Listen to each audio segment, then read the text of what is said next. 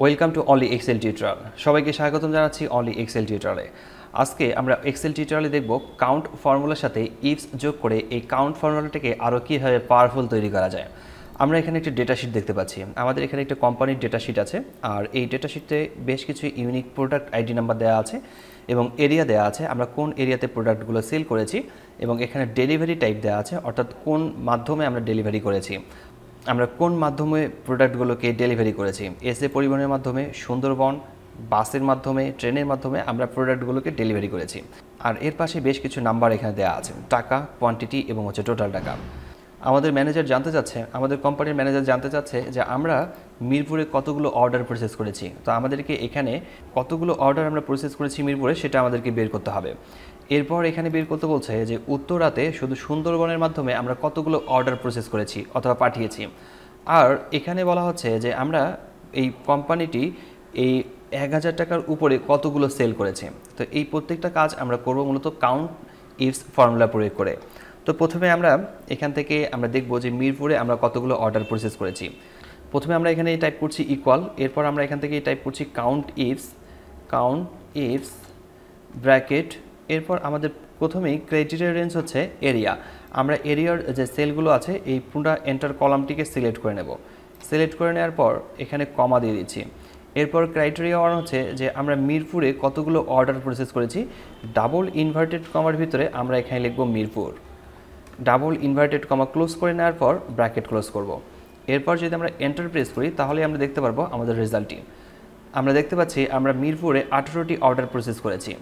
এরপর আমাদের next condition হচ্ছে আমরা উত্তরাতে সুন্দরবন কুরিয়ারের মাধ্যমে কতগুলো প্রোডাক্ট প্রসেস করেছিলাম।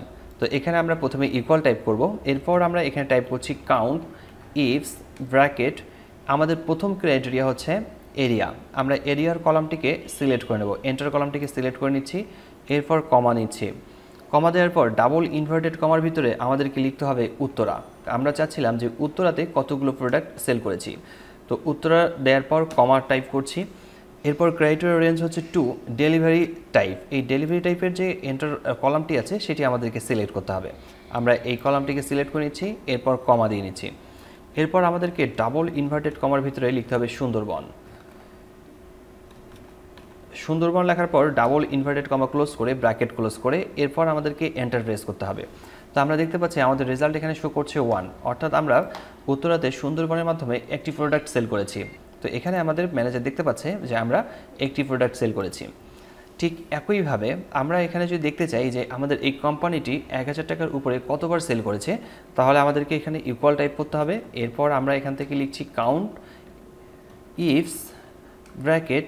এরপর আমাদেরকে এই টাকার যে কলামটি আছে এই টাকার কলামটিকে সিলেক্ট করে দিতে হবে। আমরা টাকার এন্টার কলামটিকে সিলেক্ট করে দিচ্ছি, কমা টাইপ করব। এরপর ডাবল ইনভার্টেড কমার ভিতরে আমরা গ্রেটার দেন 1000 লিখব, ডাবল ইনভার্টেড কমা ক্লোজ করার পর ব্র্যাকেট ক্লোজ করব।